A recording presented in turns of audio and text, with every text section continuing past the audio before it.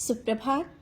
बाबा कहते हैं, मेरे प्यारे बच्चे, जानता हूँ ख्वाहिशें कभी किसी की कम नहीं होती हैं। कितना भी किसी के पास कुछ भी हो, हर एक वक्त एक न एक ख्वाहिश तैयार ही हो जाती है। एक इच्छा पूरी होने से पहले दूसरी इच्छा फिर से शुरू हो जाती है। और ये तुम नहीं, तुम्हारे मन में जो ये आता है ना कि तुम ऐसे क्यों हो, तुम ऐसा क्यों सोच रहे हो, मनुष्य का नियम है ये, और हर एक के मन में आता है। तुम अपने मन में ये मत सोचा करो कि तुम ही ऐसे हो। एक चीज़ ख़त्म नहीं होती, दूसरी फिर से मांगने लगते हो और बार बार मुझसे माफ़ी भी मांगते हो। बच्चे, मैं तुम्हारे मन की समझता हूँ, मैं जानता हूँ तुम बहुत ही कोमल हृदय की हो, और जो तुम मांगते हो ना, अपने स्वार्थवश नहीं मांगते हो, दूसरों के लिए भी मांगते हो। मुझे बहुत अच्छा लगता है। और तुम मेरी भक्ति करते हो, पूजा करते हो, तुम्हें पूर्ण अधिकार है, हक है मुझ पर मांगने का, कहने का, लड़ने का और हर एक बात बोलने के लिए। जब तुम मेरे पास बैठ कर के हक के साथ बात करते हो, मुझे बहुत अच्छा लगता है, क्योंकि तुम मेरे बच्चे हो। कुछ भी कह सकते हो, कुछ भी बोल सकते हो। मैं तुम्हारा पिता हूँ, अच्छा और बुरा समझाता हूँ और सही रास्ते पर ले जा रहा हूँ। धीरे धीरे जो भी अड़चनें तुम्हारे काम में आ रही है ना, वो दूर हो जाएंगी। और किसी काम के लिए बार बार बोल रहे हो, वो जो काम नहीं हो रहा है ना, उसके लिए विशेष पूजा और उपायों में मत पड़ो। समय के साथ काम हो जाएगा। ये अभी समय नहीं है जो तुम मांग रहे हो, कह रहे हो। ऐसा नहीं कि मैं तुम्हारे घर में नहीं हूँ, मैं सुन नहीं रहा हूँ। जो तुमने कहा है वो नहीं कर रहा हूँ। मुझे भी दुख होता है जब तुम बार बार कहते हो। समय के साथ वो कार्य हो जाएगा और वो बहुत ही अच्छा होगा। ये मत सोचो कि कहीं ऐसा ना हो कि कार्य ना हो, होगा। लेकिन अपने मन के संशय को दूर कर दो। अपने मन में जो संशय ला रहे हो ना कि कहीं ऐसा ना हो, ये कार्य ना हो या कोई विघ्न पड़ जाए, मेरे होते कोई विघ्न नहीं पड़ सकता है। और जो एक काम नहीं हो रहा है या घर में जो बीमारियां हैं, उसके लिए आज मैं तुमसे बताना चाहता हूँ कि तुम बहुत दिनों से सोच रहे हो कि हनुमान जी के मंदिर जाएं, हनुमान चालीसा करें। तो सोचने से अच्छा है वो कर लो। समय निकाल करके मंदिर अवश्य जाओ और वहाँ बैठकर हनुमान चालीसा करके आओ, या घर पे भी भाव के साथ बैठ करके चालीसा करो।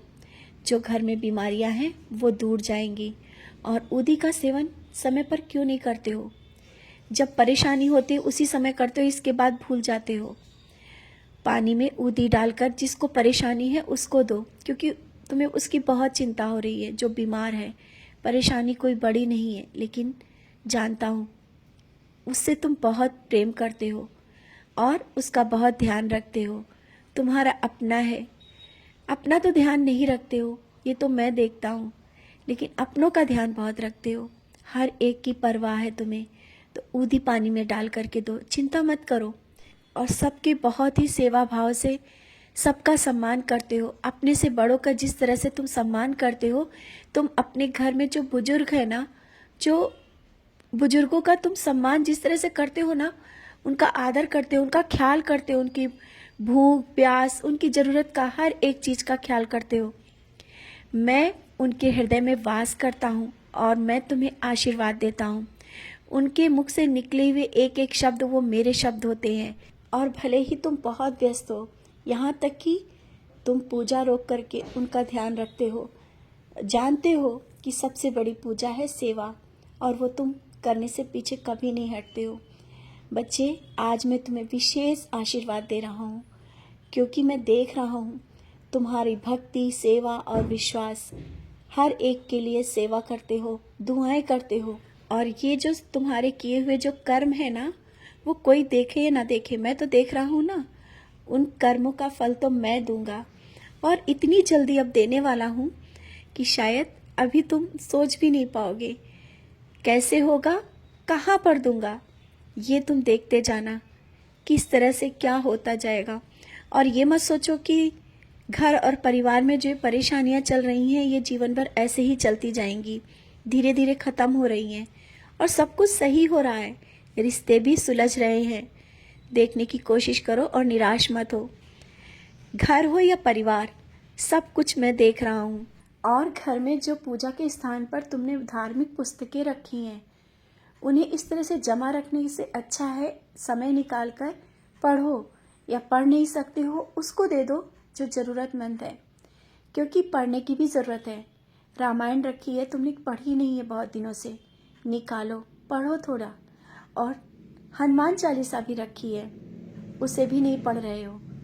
जो पुस्तकें रखी उनका सम्मान करो, पढ़ो, समय निकाल कर अवश्य थोड़ा ही पढ़ो, लेकिन पढ़ो, क्योंकि ज़रूरत होती है इन सब चीज़ों की भी। और मैं देख रहा हूँ बहुत सी पुस्तकें तुमने जमा करके रखी हैं जो बेवजह की भी हैं, उन्हें वहाँ से हटाओ, जिनको ज़रूरत है उन्हें दे दो। और इस तरह से जमा करके फ़ोटो भी मत रखो, बहुत सी फ़ोटो भी तुमने रखी हुई हैं, उन्हें भी सही स्थान पर रखो, इधर उधर अव्यवस्थित मत रखो। व्यवस्थित रखोगे तुम्हें भी अच्छा लगेगा, मन को भी शांति लगेगी। घर की कुछ चीज़ें ऐसी हैं जो तुम चाह रहे हो बदलाव के लिए, लेकिन समय नहीं निकाल पा रहे हो। समय निकालो और हर एक सामान को व्यवस्थित करो। जब तुम सामान को व्यवस्थित करोगे तुम्हारा मन बहुत खुश होगा।